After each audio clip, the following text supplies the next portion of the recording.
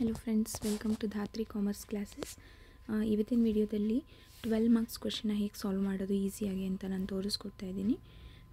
Comparative balance sheet ಅಥವಾ comparative income statement ಯಾವುದಾದ್ರೂ ಒಂದನ್ನು 12 ಮಾರ್ಕ್ಸಿಗೆ ನಿಮಗೆ ಎಕ್ಸಾಮಲ್ಲಿ ಕೇಳಿರ್ತಾರೆ. So preparation of comparative balance sheet ಹೇಗೆ ಮಾಡೋದು ಅಂತ ನಾನು ಈ ವಿಡಿಯೋದಲ್ಲಿ ತಿಳಿಸ್ತಾ ಇದ್ದೀನಿ. ಒಂದು ಕ್ವೆಶ್ಚನ್ ತಗೊಂಡಿದ್ದೀನಿ. Following are the balance sheet of alpha limited as at 31st March 2014 and 31st March 2015. 2 ವರ್ಷದ ಡೇಟಾ ಕೊಟ್ಟಿದ್ದಾರೆ ಇಲ್ಲಿ ನಮಗೆ. Particulars March 31st 2014, March 31st 2015 equity and liabilities ಒಂದು ಮತ್ತು ಟೋಟಲ್ ಅಸೆಟ್ಸ್ನ ನಿಮಗೆ ಕೊಟ್ಟಿದ್ದಾರೆ. Equity share capital, reserves and surplus, long term borrowings, short term borrowings, trade payments, short term provisions, other current liabilities ಮತ್ತು ಟೋಟಲ್ ಲಯಬಿಲಿಟೀಸ್ ಕೊಟ್ಟಿದ್ದಾರೆ. Fixed ಅಸೆಟ್ಸಲ್ಲಿ fixed assets ಬಂದು non current investment, current investment, inventories, trade receivables, short term loans and advances ಮತ್ತು cash, ಇದಿಷ್ಟನ್ನು 2 ವರ್ಷದನ್ನು ನಮಗೆ ಕೊಟ್ಟಿದ್ದಾರೆ. So you are required to prepare a comparative balance sheet. 2 ವರ್ಷನ ಕಂಪೇರ್ ಮಾಡಿ ನಾವು ಕಂಪ್ಯಾರಿಟಿವ್ ಬ್ಯಾಲೆನ್ಸ್ ಶೀಟ್ನ ಪ್ರಿಪೇರ್ ಮಾಡಬೇಕು. ಈ ಪ್ರಾಬ್ಲಮ್ನ ಅಟೆಂಡ್ ಮಾಡೋದನ್ನು ಮಿಸ್ ಮಾಡಬೇಡಿ, ಬಿಕಾಸ್ ಇದರಲ್ಲಿ ಜಾಸ್ತಿ ತಲೆ ಕೆಡಿಸ್ಕೊಳ್ಳೋ ಅಂಥದ್ದೇನೂ ಇರೋದಿಲ್ಲ. 2 ವರ್ಷ ಡೇಟಾನ ಕಂಪೇರ್ ಮಾಡಿ ಇನ್ಕ್ರೀಸ್ ಆಗಿದೆಯಾ, ಡಿಕ್ರೀಸ್ ಆಗಿದೆಯಾ, ಎಷ್ಟು % ಇನ್ಕ್ರೀಸ್ ಆಗಿದೆ, ಎಷ್ಟು % ಡಿಕ್ರೀಸ್ ಆಗಿದೆ ಅನ್ನೋದನ್ನ ನಾವು ಕ್ಯಾಲ್ಕುಲೇಟ್ ಮಾಡಬೇಕಾಗುತ್ತೆ ಅಷ್ಟೇ. ಸೊ ಇದು ತುಂಬ ಈಸಿ ಆಗುತ್ತೆ to score 12 marks. Preparation of comparative balance sheet of alpha limited as on 31st March 2015. ಇಲ್ಲಿ ಬಂದು ಸೇಮ್ ಡೇಟಾನ ನಾವು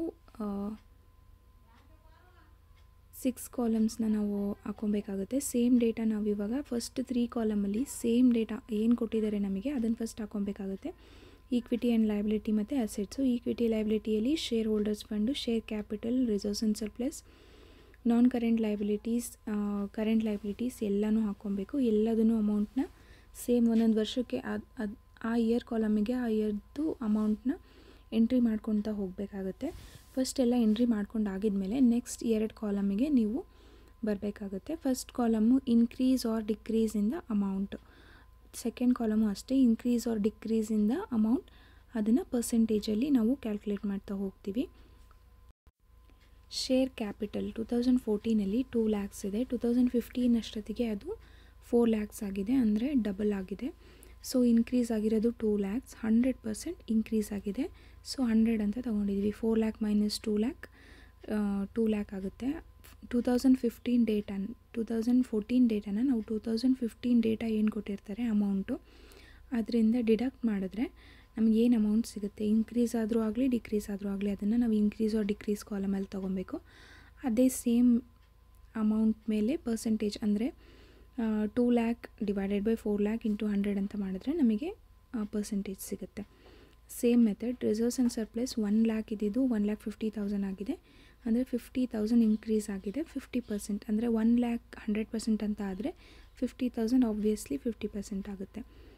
so the total shareholders fund ಬಂದು 2,50,000 ಇನ್ಕ್ರೀಸ್ ಆಗಿದೆ 2015ಗೆ 2014ಇಂದ. ಸೊ 83.33% ಇನ್ಕ್ರೀಸ್ ಆಗಿದೆ. ನಾನ್ ಕರೆಂಟ್ ಲಯಬಿಲಿಟೀಸ್ 2 lakh ಇದ್ದಿದ್ದು 3 lakh ಆಗಿದೆ, ಅಂದರೆ 1 lakh ಜಾಸ್ತಿ ಆಗಿದೆ, ಅಂದರೆ 50%. 2 lakh ಅಂದರೆ 100%, 1 lakh ಅಂದರೆ 50% ಇನ್ಕ್ರೀಸ್ ಆಗಿದೆ ಅಂತ.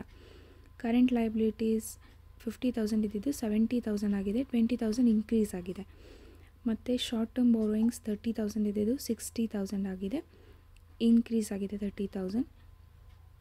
ಟ್ರೇಡ್ ಪೇಯಬಲ್ಸ್ 20,000 ಇದ್ದಿದ್ದು 30,000 ಆಗಿದೆ, 10,000 ಇನ್ಕ್ರೀಸ್ ಆಗಿದೆ, ಅಂದರೆ 50% ಜಾಸ್ತಿ ಆಗಿದೆ. ಅದರ್ ಕರೆಂಟ್ ಲಯಬಿಲಿಟೀಸ್ ಬಂದು 20,000 ಇದ್ದಿದ್ದು 10,000 ಅಂದರೆ ಡಿಕ್ರೀಸ್ ಆಗಿದೆ. ಅದನ್ನು ನಾವು ನೆಗೆಟಿವ್ ಸಿಂಬಲ್ ಹಾಕ್ಬಿಟ್ಟು ಮೈನಸ್ ಹಾಕ್ಬಿಟ್ಟು ತೋರಿಸ್ತೀವಿ 10,000 ಡಿಕ್ರೀಸ್ ಆಗಿದೆ ಅಂತ. 50% ಡಿಕ್ರೀಸ್ ಆಗಿದೆ.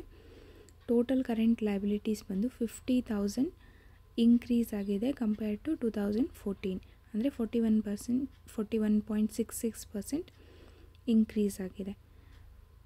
So total equity and liability first ಒಂದು total shareholders fund plus non current liability plus current liabilities, ಇದಿಷ್ಟನ್ನು ಟೋಟಲ್ ಮಾಡಿದ್ರೆ ನಮಗೆ ಈಕ್ವಿಟಿ ಆ್ಯಂಡ್ ಲಯಬಿಲಿಟಿ ಟೋಟಲ್ ಸಿಗುತ್ತೆ. Total equity and liability increase ಆಗಿರೋದು 4 lakh 2015ಗೆ, ಪರ್ಸೆಂಟೇಜಲ್ಲಿ ಹೇಳಬೇಕು ಅಂದರೆ 64.51% ಆಗಿದೆ.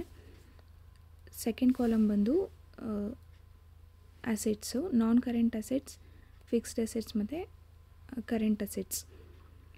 ನಾನ್ ಕರೆಂಟ್ ಅಸೆಟ್ಸಲ್ಲಿ ಫಿಕ್ಸ್ಡ್ ಅಸೆಟ್ಸ್ 2 ಲ್ಯಾಕ್ ಇದ್ದಿದ್ದು 5 ಲ್ಯಾಕ್ ಆಗಿದೆ, ಅಂದರೆ 3 ಲ್ಯಾಕ್ ಇನ್ಕ್ರೀಸ್ ಆಗಿದೆ. 2 ಲ್ಯಾಕ್ 100% ಅಂತ ತೊಗೊಂಡ್ರೆ ನಮಗೆ 3 ಲ್ಯಾಕು 150% ಆಗುತ್ತೆ. ಸೇಮ್ ವೇ ನಾನ್ ಕರೆಂಟ್ ಇನ್ವೆಸ್ಟ್ಮೆಂಟ್ 1 ಲ್ಯಾಕ್ ಇದ್ದಿದ್ದು 1,25,000 ಆಗಿದೆ, 25,000 ಇನ್ಕ್ರೀಸ್ ಆಗಿದೆ. 1 ಲ್ಯಾಕ್ನ ನಾವು 100% ಅಂತ ತೊಗೊಂಡ್ರೆ 25,000 25% ಆಗುತ್ತೆ. ಸೊ 2015 3,25,000 ಇನ್ಕ್ರೀಸ್ ಆಗಿದೆ, 108.33% ಇನ್ಕ್ರೀಸ್ ಆಗಿದೆ. Second current assets, current investment 60,000 ಇದ್ದಿದ್ದು 80,000 ಆಗಿದೆ, 20,000 ಇನ್ಕ್ರೀಸ್ ಆಗಿದೆ. ಇನ್ವೆಂಟರೀಸ್ ಕೂಡ 1,35,000 ಇದ್ದಿದ್ದು 1,55,000 ಆಗಿದೆ, 20,000 ಇನ್ಕ್ರೀಸ್ ಆಗಿದೆ, 14.81%. The same way cash equivalents 25 ಇದ್ದಿದ್ದು 10,000 ಆಗಿದೆ, ಡಿಕ್ರೀಸ್ ಆಗಿದೆ. ಸೊ ಮೈನಸ್ ಸಿಂಬಲ್ ತೋರಿಸಿ 15,000ನ ನಾವು ತೊಗೊಂಡಿದ್ದೀವಿ, -60%. ಅದೇ ಥರ short term loans and advances 40,000 ಇದ್ದಿದ್ದು 60,000 ಆಗಿದೆ, 20,000 ಇನ್ಕ್ರೀಸ್ ಆಗಿದೆ, 50%. ಟೋಟಲ್ ಅಸೆಟ್ಸ್ ಬಂದು non current assets plus current assets 6,20,000 ಇದ್ದಿದ್ದು 10,20,000 ಆಗಿದೆ, 4 ಲ್ಯಾಕ್ ಇನ್ಕ್ರೀಸ್ ಆಗಿದೆ, 64.51% ಇನ್ಕ್ರೀಸ್ ಆಗಿದೆ. So total equity and liabilities total ಅಸೆಟ್ಸ್ಗೆ ಈಕ್ವಲ್ ಆಗಬೇಕು. ಇಲ್ಲಿ ಈಕ್ವಲ್ ಆಗಿದೆ, 4 ಲ್ಯಾಕ್ ಇನ್ಕ್ರೀಸ್ ಆಗಿದೆ, ಅಸೆಟ್ಸ್ನು ಲಯಬಿಲಿಟೀಸ್ನು 64.51 ಇನ್ಕ್ರೀಸ್ ಆಗಿದೆ, ಅಸೆಟ್ಸ್ ಕೂಡ 64.51% ಇನ್ಕ್ರೀಸ್ ಆಗಿದೆ. Thank you.